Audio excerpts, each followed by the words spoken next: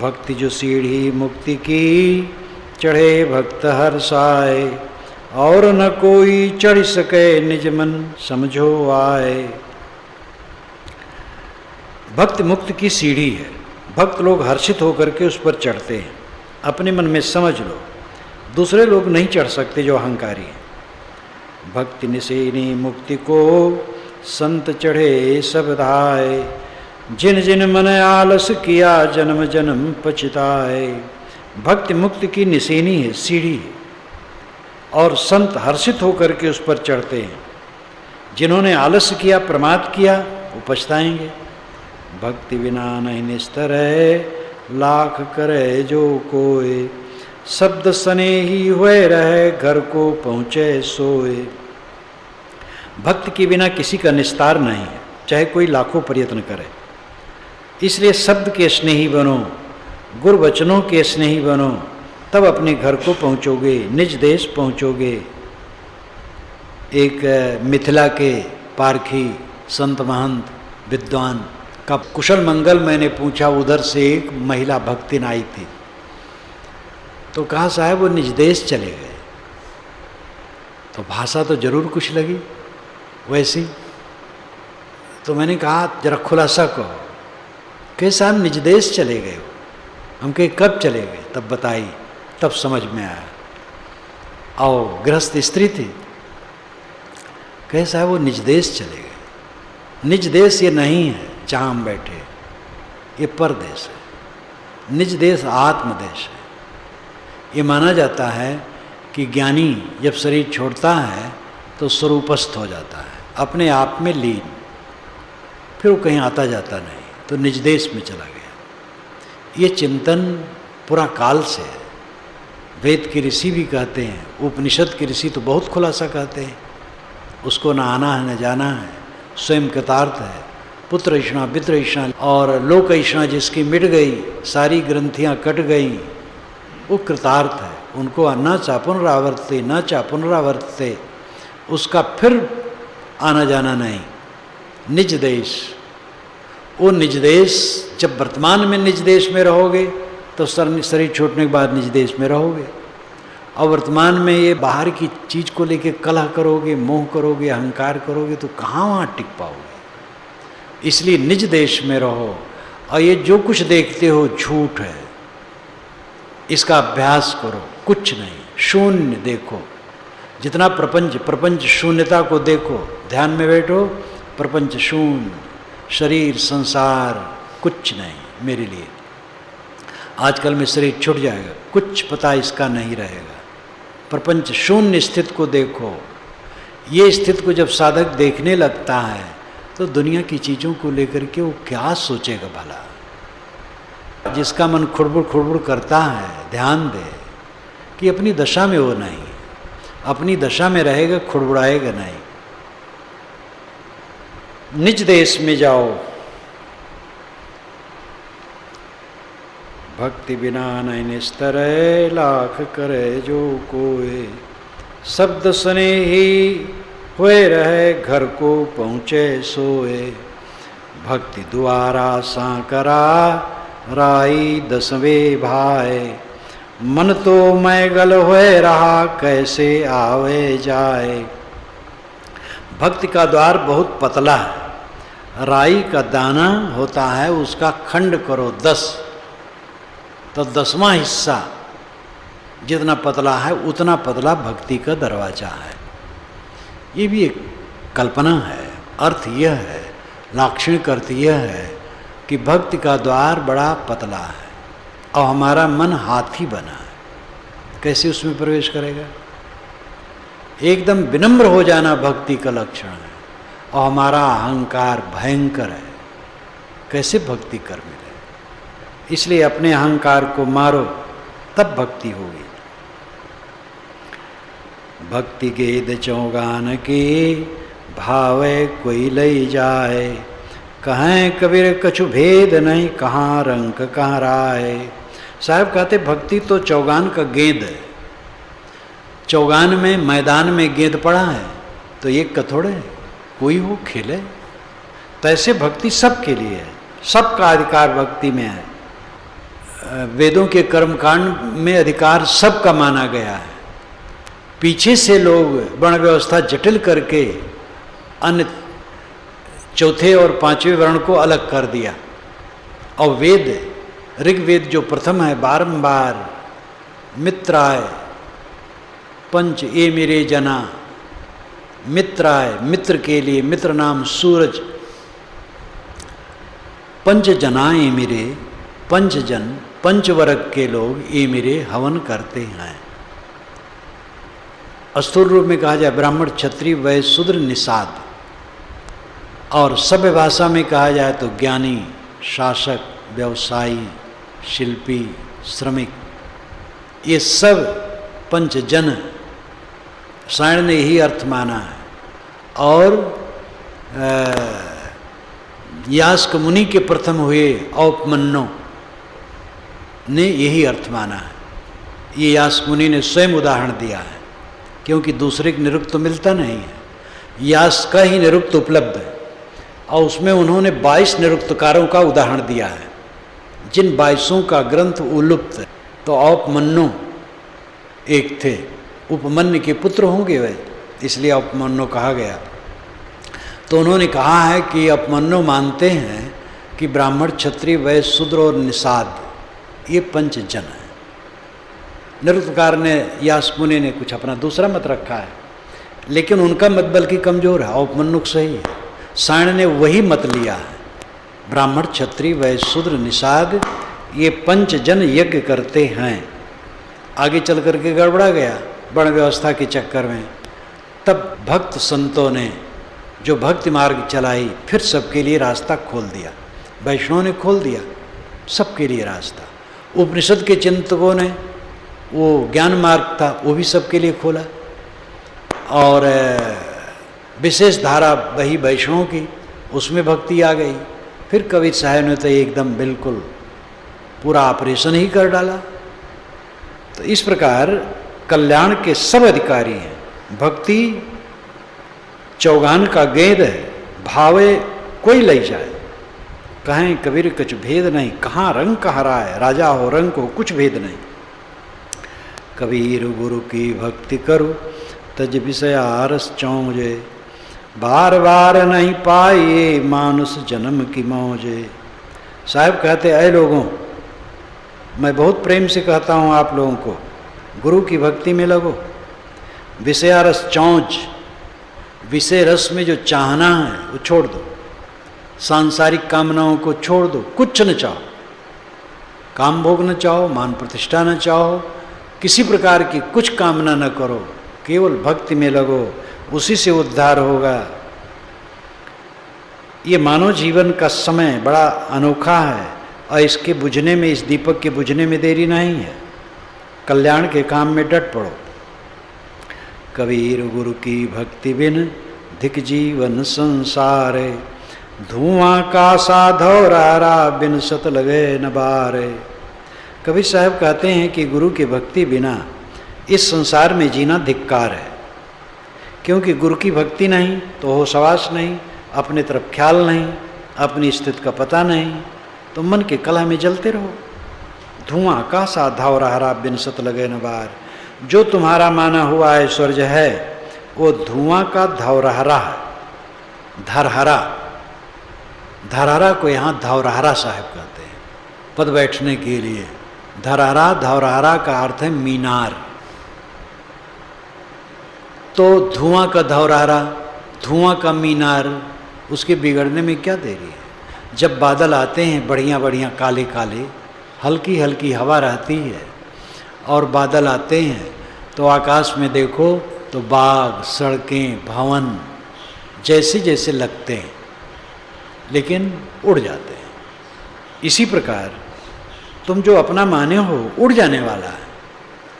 हम लोगों के जीवन में कितने गुरु लोग चले गए, बड़े बड़े प्रवक्ता, बड़े बड़े राजे महाराजे, बड़े बड़े नेता चले गए।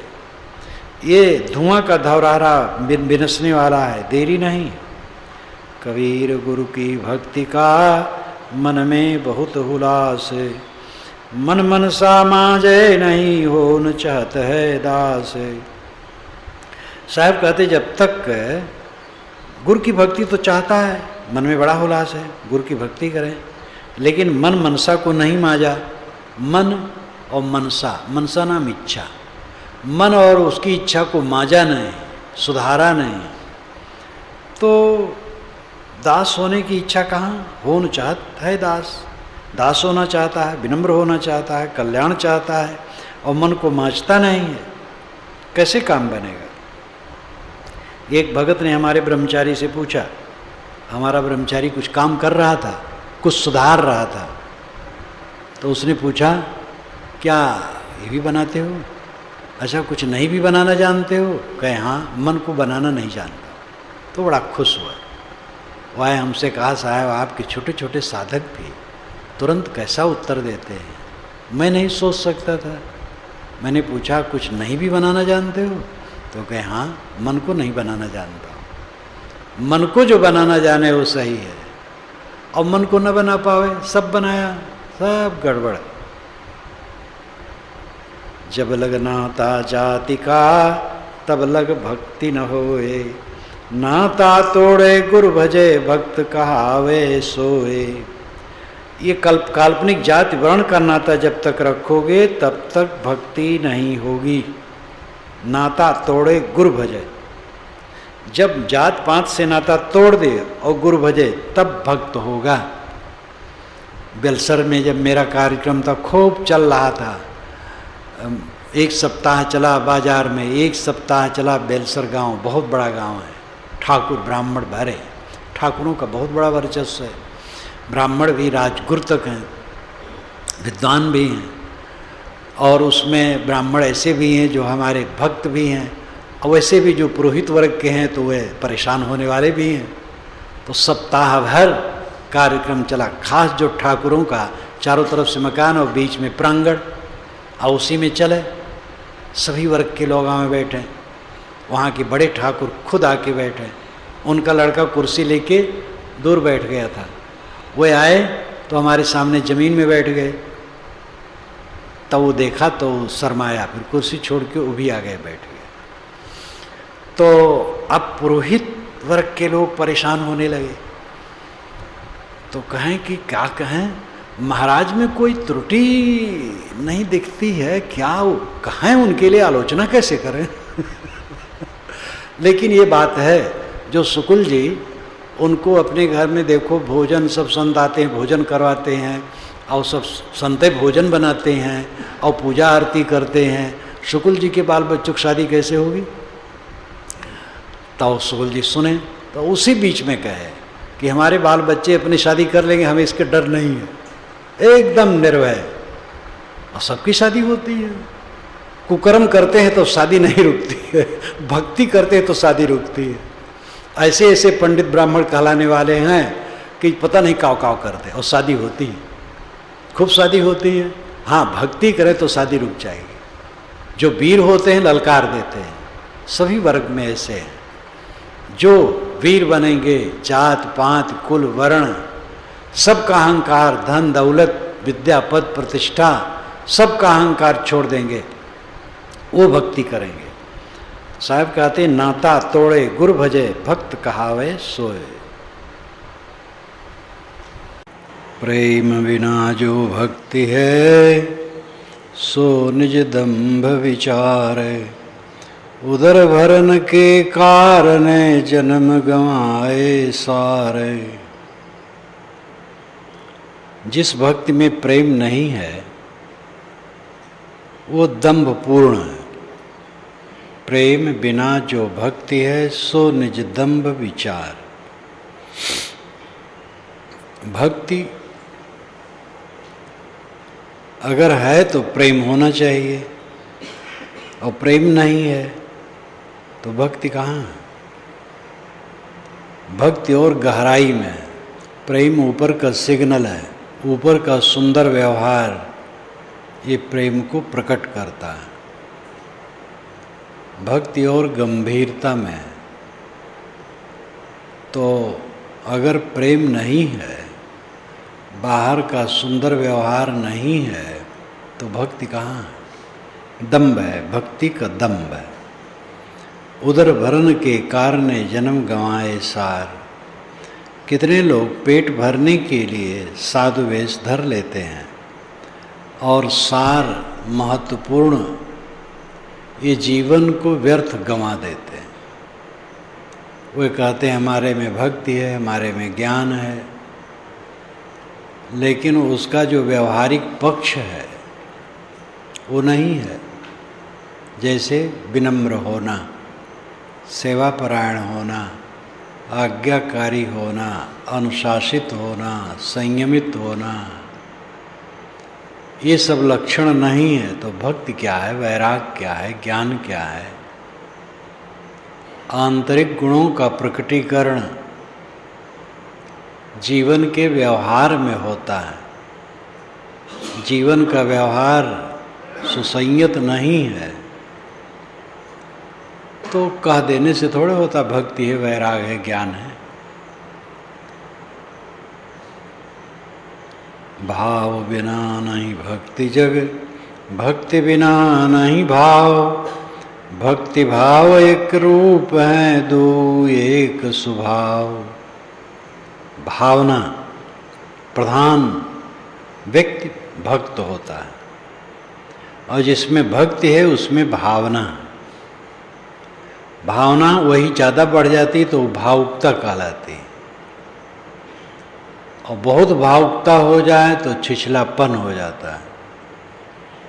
बहुत भावुक व्यक्ति अपना सर देने को तैयार हो जाता है, और जब उसका मन बदलता है तो सर लेने को तैयार हो जाता है। इतनी भावुकता मार बेबल होके रो दिए, और मन बदला तो निंदा करने लगे। वही सद्गुण जब मर्यादा छोड़ देता है तो दुर्गुण हो जाता है। जैसे साहस, साहस का अर्थ है किसी भी अन्याय पर अगर उचित है तो प्रतिक्रिया करने की हिम्मत हो।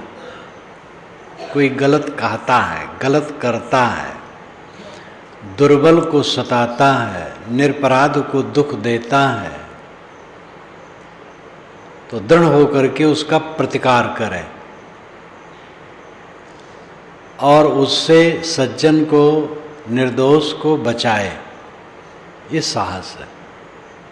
एक लड़की है जा रही, एक दुष्ट जवान उसको छेड़ रहा, तो साहस का काम है उसका निवारण करे।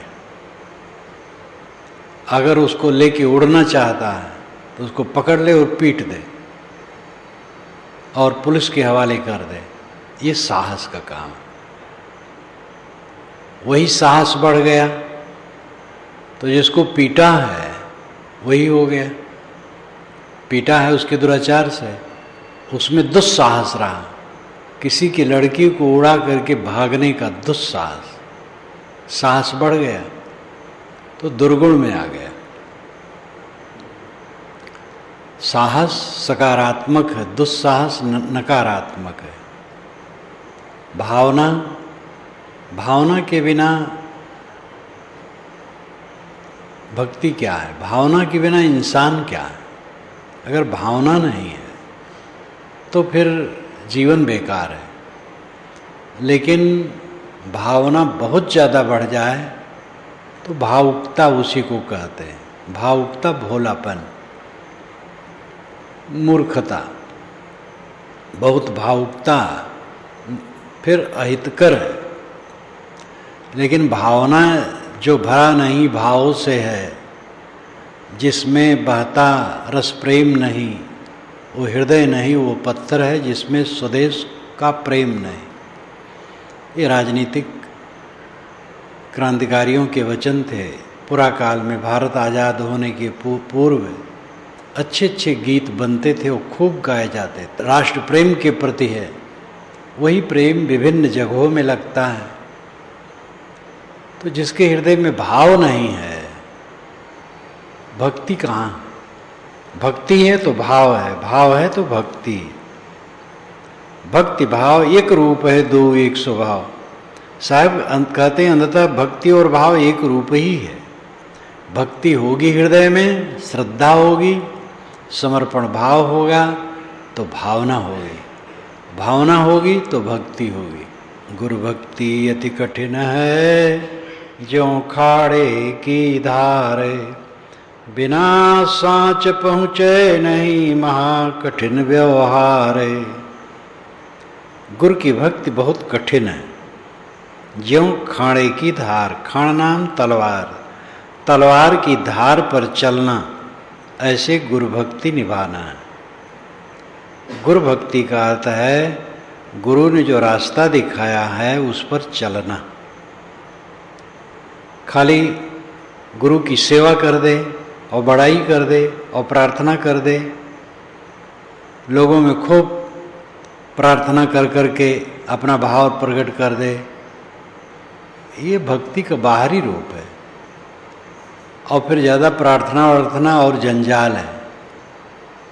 बहुत प्रार्थना की ज़रूरत नहीं है, ज़रूरत है जो गुरु करते और कहते हैं उसका अनुसरण करना।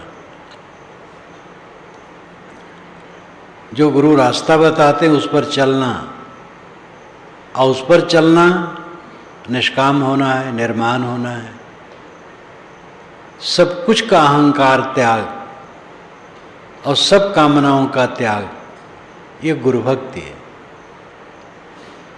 तो ये गुरु भक्ति एक बार में नहीं आती, धीरे धीरे आती। जितना जितना अहंकार हमारा कटता जाएगा, कामना कटती जाएगी, उतना उतना हमारी भक्ति मानो प्रगाढ़ है।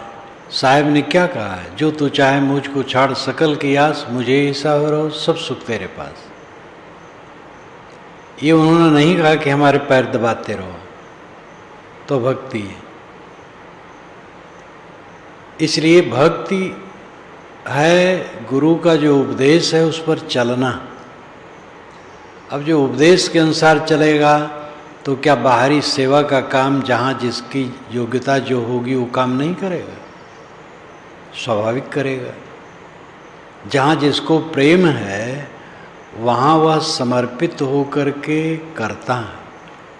कहीं भी हो, एक युवक युवती के प्रति आकर्षित है और उसमें लाभ निश्चय है तो उसकी सब प्रकार की सेवा करता है, रक्षा करता है। और इसी प्रकार कहीं भी है जहाँ लाभ निश्चय होता है आदमी वहाँ समर्पित होता है। मूल बात है लाभ निश्चय। जो गुरु बताते हैं और करते हैं उसका अनुसरण करना गुरु भक्ति। और एक खाने की धार है, आदत हमारी है अहंकार करने की और कामना करने की। जिन प्राणी पदार्थों, परिस्थितियों, अवस्थाओं, पदों, संबंधों से हम जुड़ते हैं उनकी गर्मी आती है और वही अहंकार है। और फिर सांसारिक भोगों की कामना आती है। ये अहंकार और कामना यही भयंकर रोग है, सब जीवों को पीड़ा देने वाले हैं। इन्हीं को नष्ट करना गुरु का उपदेश है। और ये काम में जो लग जाता है वो धीरे धीरे करते करते रस रस सुख सरित सर पानी, ममता त्याग करें जिम ज्ञानी। गोस्वामी जी ने मानस में जहाँ वर्षा ऋतु का वर्णन किया है तो वर्षा के आखिर में उन्होंने कहा है रस रस सुख सरित सर पानी। शरद ऋतु के बाद धीरे धीरे तालाब नदियों का पानी सूखने लगा। ममता त्याग करें जिम ज्ञानी, जैसे ज्ञानी धीरे धीरे ममता का त्याग करते जाते। एक वेग नहीं होता है, वेग में तो हो जाता है, वैराग का वेग आता है, तुरंत सारी अहंता ममता का त्याग हो जाता है, मन एकदम शांत हो जाता है। लेकिन ये उद्वेग का वैराग है, एक तीव्रता का वेग है, ये बराबर नहीं रहेगा, ठंड हो जाएगा, फिर राग आ जाएगा। निरंतर साधना करते करते अहंता और कामना कटती जाती है, और कटते कटते जब बिल्कुल कट जाती है तब सही दशा आती है। और इसको बनाए रखने के लिए सतत जागरूक रहना पड़ेगा, नहीं फिर अहंकार आ जाता है, सद्गुणों का अहंकार आ जाता है, अपनी नैतिकता का अहंकार आ जाता है, सदाचार का अहंकार आ जाता है। सदगुरु विशाल साहब ने कहा है, पारख निजे दुर्गुण रहे। परख दृष्टि है लेकिन दुर्गुण अवशेष है, अभी काट नहीं मिला है, पूरा काम हुआ नहीं। पूरा काम होने पर पूर्ण निर्माणता, पूर्ण निष्कामता हो जाती है। मक्खन में किरकिरा नहीं होता, क्योंकि मक्खन दूध का सार होता है। दूध गाय या भैंस के स्तन से आता है, उसमें किरकिरा होने का प्रसंग नहीं, वही पका करके मथा जाता है। और सार मक्खन है, तो मक्खन में कहीं किरकिरा नहीं। इसी प्रकार शुद्ध दशा में उसको भक्ति को हो, चाहे वैराग को हो, चाहे स्वरूप स्थित को हो, तो उसमें अहंकार कामना नहीं होते हैं। अहंकार कामना का पूर्ण विसर्जन एक क्षण का विषय नहीं, निरंतर साधना का विषय। जो इस चीज को समझे, दुख जो नहीं समझेगा वो इस चीज को नहीं समझेगा। दुख के अलावा संसार में कुछ नहीं, देह धर करके केवल दुख भोगना है, और इस दुख से निवृत्ति, मन की शांति। जिसका मन शीतल हो गया, बस ठीक है, शरीर में जो है वो सह लिया जाएगा। मन की शीतलता सबसे बड़ा सुख है, और निरंतर साधना से संभव है। खाने की धार सद्गुरु इसीलिए कहते हैं, क्योंकि हमारी आदत है अहंकार करने की, कामना करने की, सांसारिक चीजों की उपभोग की, चौधराना गांठने की। लोगों में हम चौधरी रहें, लोग हमें बड़ा माने, हमारे निर्देश पर चलें, हमारी अवज्ञा कोई न करे।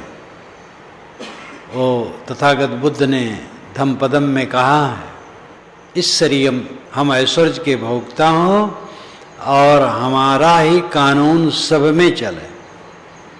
अपने मत वालों में, दूसरे मत वालों में भी जो इर्द गिर्द लोग हैं वे भी हमारी बात माने। तो ये सब जब आने लगता है तो नुकसान कर देता, और सबके मन में आता है। सावधान होते होते, कटते कटते तब कटता है। एकदम दिव्य हृदय किसी का हो, उसकी बात मैं नहीं कहता, नहीं तो ये कम बेश सबके मन में आता है, और सबको काटना है, सबको सावधान होना है।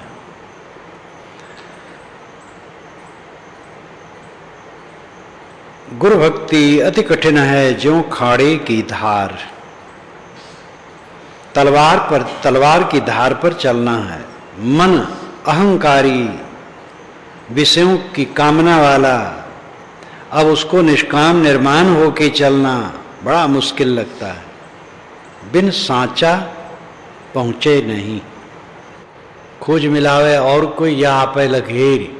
बिन सांचा सो ना मिले तहाँ बहुत अर्झेरी, विशाल देव ने कहा है। सत्यबोध सत्य स्थित कोई विवेकवान खोज के मिला दे, या आपे लखेरी, या स्वयं प्रयत्न करके उसको समझ ले। बिन सांचा सोना मिले, बिना सच्चाई के वो नहीं मिल सकता।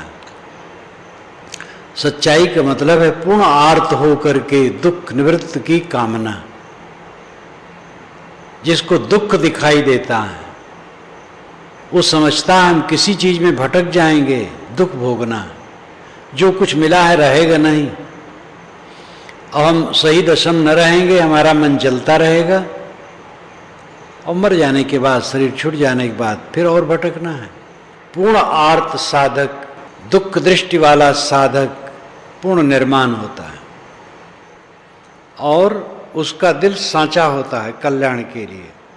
बिना सांच पहुँचे नहीं, बिना सच्चाई के उस पर नहीं पहुँच सकता। महाकठिन व्यवहार, ये भक्ति का व्यवहार महाकठिन है। जो गुरु का रास्ता है उस पर चलना, विनम्र निष्काम होकर, निर्माण होकर, कोई कुछ कहे सह लेना, उज्र न करना, कुतर्क में न पड़ना, विनम्र रहना, बहुत कठिन व्यवहार है। ये जब दिल सच्चा होगा, सच्चे दिल का लक्षण है पूर्ण आर्त भावना, पूर्ण दोष दृष्टि, संसार के दुखों को निरंतर देखना। हम दुख निवृत्त के लिए आए, कोई सम्मान पाने के लिए नहीं आए। जाति वर्ण कुल खोई के, भक्ति करे चितलाए, कहें कबीर सतगुरु मिले आवागमन न शाय। सतगुरु कहते हैं कि जाति और वर्ण और कुल का घमंड खो करके, चित लगा करके भक्ति करें। जाति वर्ण और कुल ये 3 नाम हैं। अर्थ है किसी भी वस्तु का घमंड न करें। जाति वर्ण कुल बाहरी है, मनुष्य का शुद्ध रूप समान है। जितना जुड़ने वाला पदार्थ है वो सब टूटने वाला है। इतने साधु यहाँ आए हैं, कोई ज़्यादा धन छोड़ के आया है, कोई कम धन छोड़ के आया है, कोई बड़ा परिवार छोड़ के आया है, कोई छोटा परिवार छोड़ के आया है। कोई घर में रहा तो उसका घर बहुत प्रतिष्ठित रहा, कोई ऐसा कुछ नहीं, बहुत साधारण। ये सबसे उसका मूल्यांकन नहीं होगा। कोई ज़्यादा पढ़ा है, कोई कम पढ़ा है, इससे भी मूल्यांकन नहीं होगा। किसी की प्रतिभा बड़ी है, किसी की प्रतिभा छोटी है, इससे भी मूल्यांकन नहीं होगा। मूल्यांकन होगा वो कितना चित्त उसका आर्त है, दोष दर्शन कितना। जितना दोष दर्शन होगा दुखों में, दुखों से मुक्त होने के लिए, उतना ही उसका दिल निर्माण होगा और निष्काम होगा, उतना उसका मूल्य है। इसलिए बाहरी चीज़ों को लेकर के मनुष्य की कीमत मानना मनुष्यता के साथ अपराधी नहीं, पाप है। तो जाति वर्ण कुल ये 3 नाम तो सहज हैं, बहुत है। तमाम योग्यताएं होती हैं दुनिया की और सब झूठी है। भक्ति करे चितलाए, साहब कहते सब हटा दे, चित लगा करके भक्ति करे, समर्पित हो जाए कल्याण के लिए। कहें कबीर सतगुरु मिले आवागमन न शाय।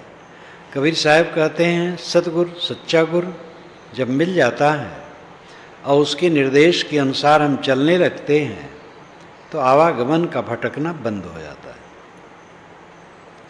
कामी क्रोधी लालची इनते भक्ति न होए, भक्ति करे कोई सूरमा जाति वरण कुल खोए। जो कामी है, क्रोधी है, लालची है, उससे भक्ति नहीं हो सकती। कामी है, अपने मन पर संयम नहीं, क्रोधी है, उद्वेगक है, लालची है, लोलुप है, क्या भक्ति करेगा? भक्ति तो कोई शूरवीर करता है। जाति वर्ण कुल खोए, जाति वर्ण कुल का अभिमान छोड़ करके विनम्र होकर के कोई भक्ति करता है। जब लग भक्ति सकाम है तब लग निष्फल सेव, कहें कबीर वह क्यों मिले निकामी निज देव। जब तक सकाम भक्ति है तब तक सेवा निष्फल है। सेवा का मतलब है कुछ काम करना, अपनी योग्यता के अनुसार काम करना सेवा है। समाज में कोई भी संत, समाज में एक गुरु होता है और उसको पानी दाना देने वाले कोई होते हैं। और मान लिया जाए वही सेवा करता और बाकी सेवा नहीं करते हैं, तो ये बहुत बड़ी भूल होगी। समाज के जितने काम हैं वो सब सेवा हैं। गुरु तो अपने हाथ से भी पानी दाना ले सकता, अपना कपड़ा धो सकता, अपना बर्तन धो सकता है। अगर वो बहुत वृद्ध नहीं है, रुग्ण नहीं है, तो खुद कर सकता है। इसलिए वो बड़ी बात नहीं है। बड़ी बात है समाज के सारे काम, वो सब सेवा है। निष्फल सेव का मतलब है कोई काम धंधा करते हैं और उसमें कामना है, चाहे गुरु के पास रह करके उनको पानी दाना देते हों, चाहे समाज के और काम करते हों, वो सब सेवाएं निष्फल हैं अगर उसके परिणाम में सांसारिक इच्छा, सम्मान की, पूजा की, प्रतिष्ठा की, बड़प्पन की, हमारे लिए ज़्यादा गुरुजी प्रसन्न रहें, इसकी, तो ये सेवा निष्फल है। सेवा सफल वही है जब मन में कोई कामना न हो। और सांसारिक दिशा में भी जो लोग निष्काम होते हैं उन्हीं की प्रतिष्ठा होती है। पार्टनरशिप में कंपनियां चलती हैं, धंधे चलते हैं, और उसमें निष्काम जो होता है वो प्रशंसित होता है। हमारा प्रधानमंत्री है, उसका निष्काम स्वर बीच बीच में गूंजता रहता है देश विदेश में। सबके मन में श्रद्धा होती कि भाई ऐसा होना चाहिए। तो निष्काम दशा सबसे ऊंची है। जिसका मन निष्काम है वही मुक्त है, हर दिशा में मुक्त है, हर दिशा में प्रशंसित है। तो जिसको कुछ कामना है उसकी सेवा निष्फल है। कहें कबीर वह क्यों मिले निकामी निज देव। जो निज देव है, अपना परमात्मा है, उसका तो स्वभाव ही निष्काम है, तो तुम्हें कैसे दर्शन देगा। द्वारे तेरे राम जी मिलो कबीरा मोह, तय तो सब में मिल रहा मैं न मिलूंगा तो। ये बीजक की साखी। द्वारे तेरे राम जी, ऐ राम जी, तेरे दरवाजे पर तेरा राम आ गया है।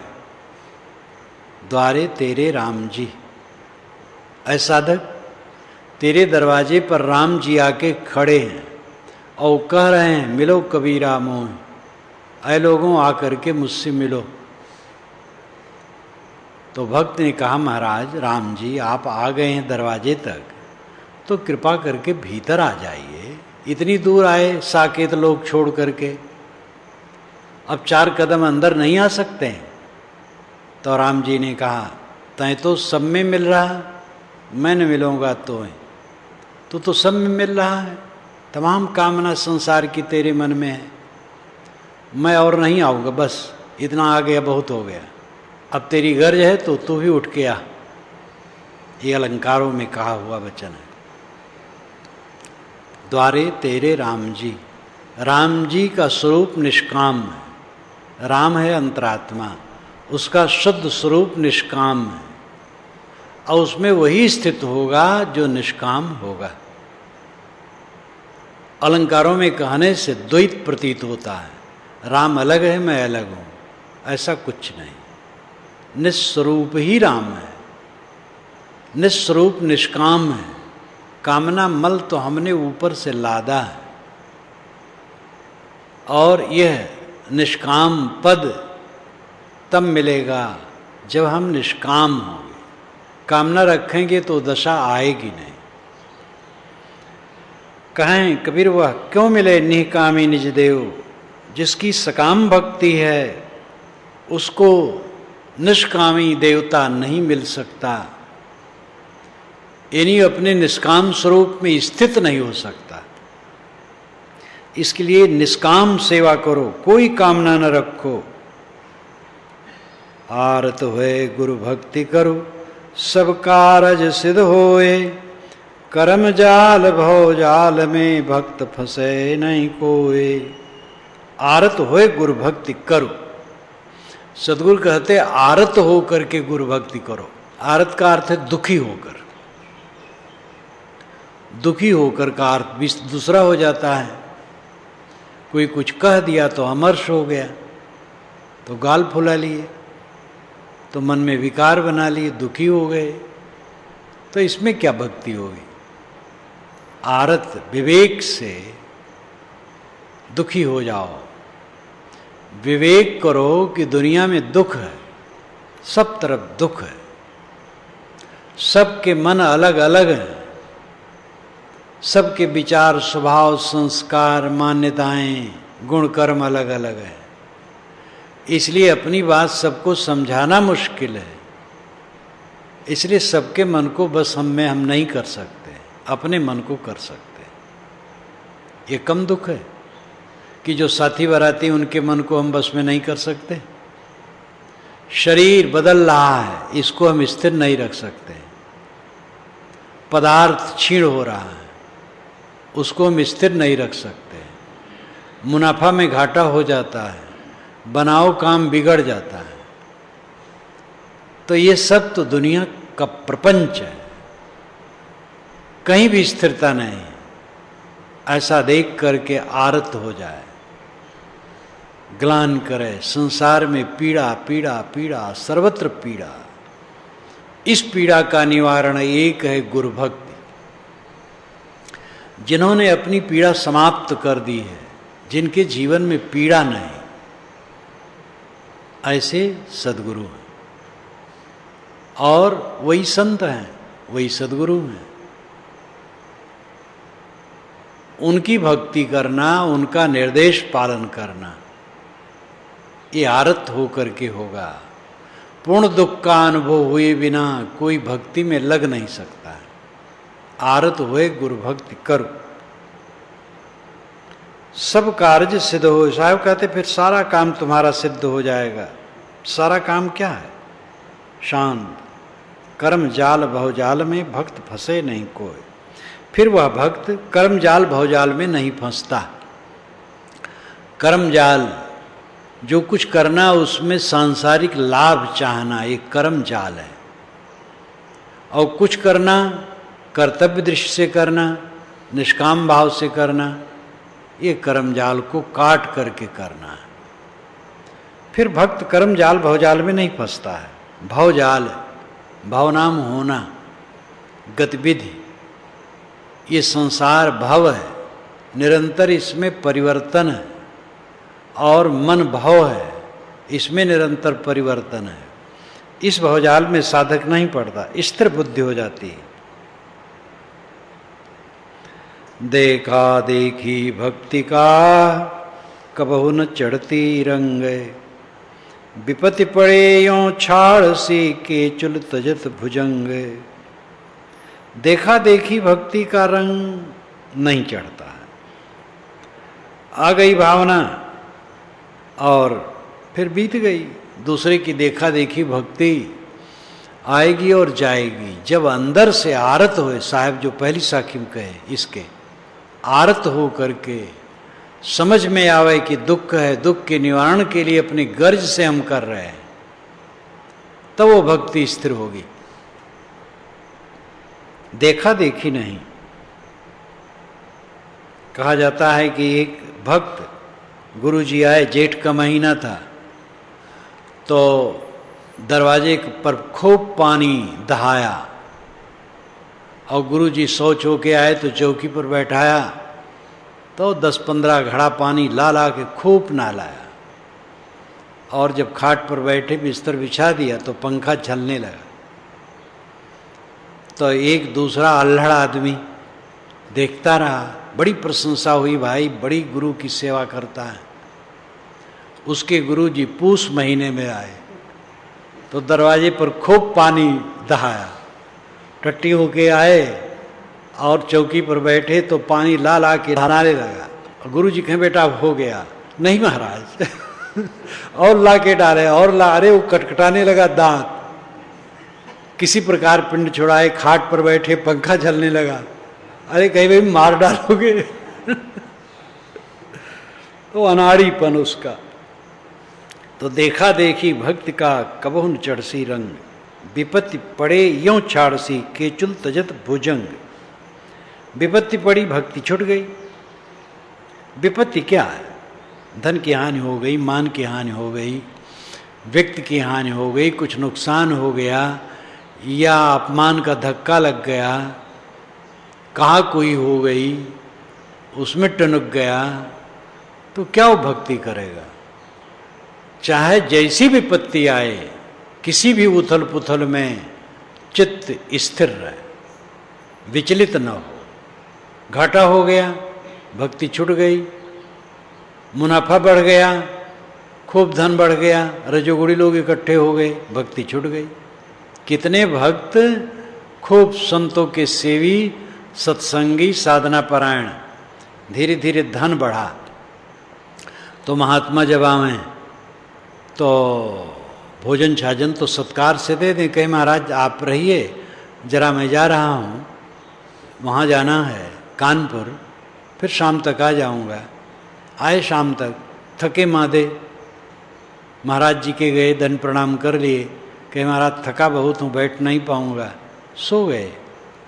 सुबह उठ करके फिर कहीं चले गए। गुरु महाराज भी सोचे भाई अभी तो बड़ा लापरवाह हो गया है, वो भी आना जाना बंद कर दिए।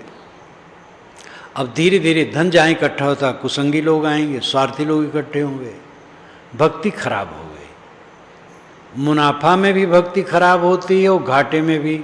घाटा हो गया तो उसमें भी मन टूट गया, तो क्या करेगा? घाटा मुनाफा सब में भक्ति, तब भक्ति निभती है। ये एक उदाहरण हुआ है, धन के लिए हुआ। इसी प्रकार और ऊंच नीच स्थितियां आती हैं, जितनी स्थितियां आए सब में समबुद्धि हो, तब भक्ति चलती है। यहाँ भक्ति से अर्थ संपूर्ण जीवन को सुधारने की प्रक्रिया का स्वरूप है। विपद पड़े पर उसी प्रकार वो भक्ति छोड़ देता है, जैसे सांप केचुल छोड़ देता है, वैसे वो भक्ति छोड़ देता है। तोटे में भक्ति करें ताका नाम सपूत, मायाधारी मस्खरें केते गए औत।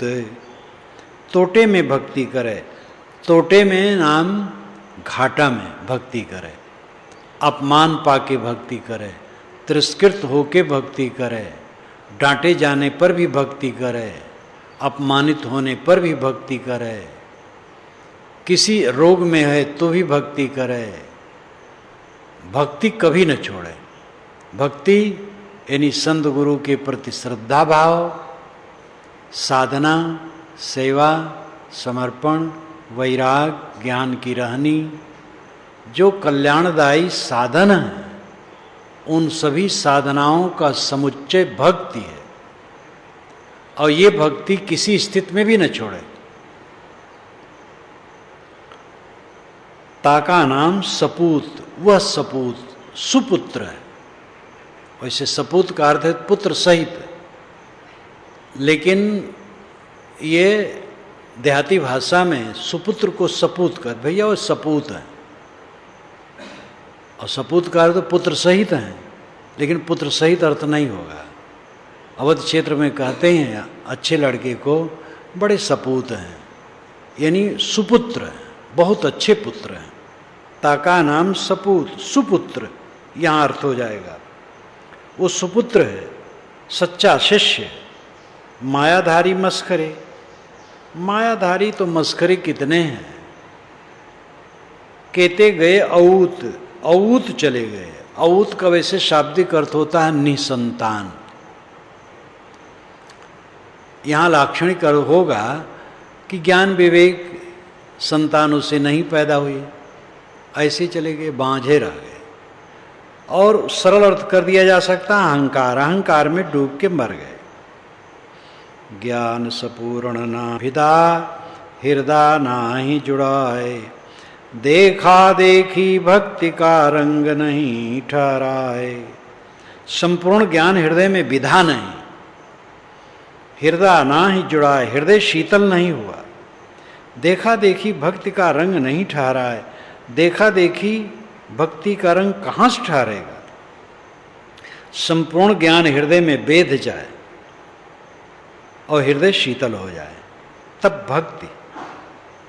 जो गुरु द्वारा उपदेश सुने हैं वो हृदय में बेध जाए और किसी भी कारण से अपना अकल्याण न करे, चाहे जैसी स्थिति आए अपना अकल्याण न करे।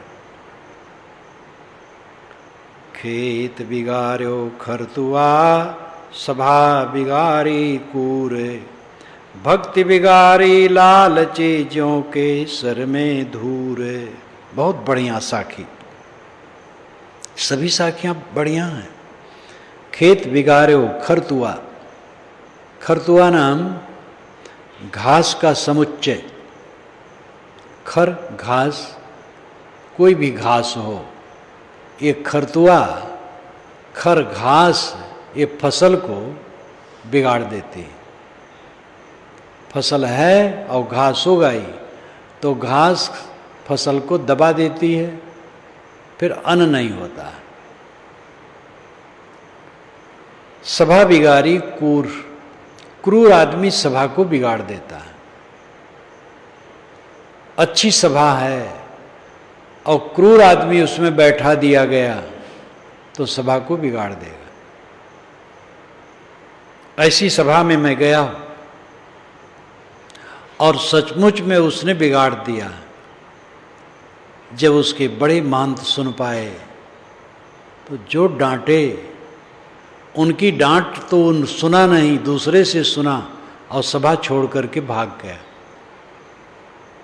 फिर मैंने चला, इतना खराब किया उसने, इतना खराब किया। एक कुटिल महंत थे, उसको बैठा दिए थे।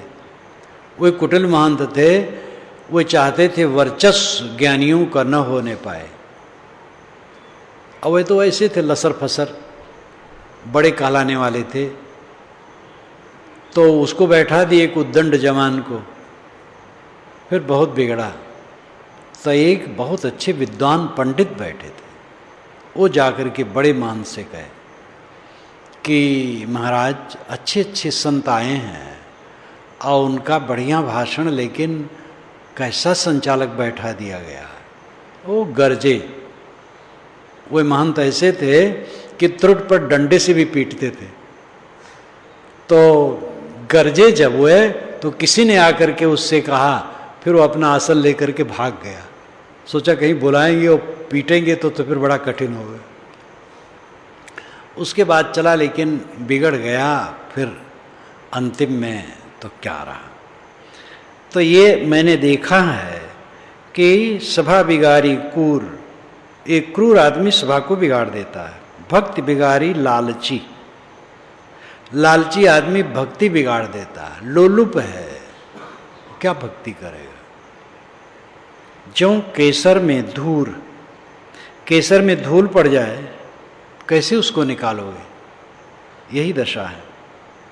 तिमिर गया रवि देखते, कुमति गई गुरु ज्ञान, सुमति गई अति लोभते, भक्ति गई अभिमान। तिमिर गया रवि देखते, सूरज को देखते ही तिमिर अंधकार भाग गया। कुमति गई गुरु ज्ञान, गुरु का ज्ञान अगर हम आदर करें गुरु के ज्ञान का तो हमारी कुबुद्धि नष्ट हो जाएगी। और गुरु के ज्ञान का आदर करने के लिए पूर्ण निर्माण होना होगा।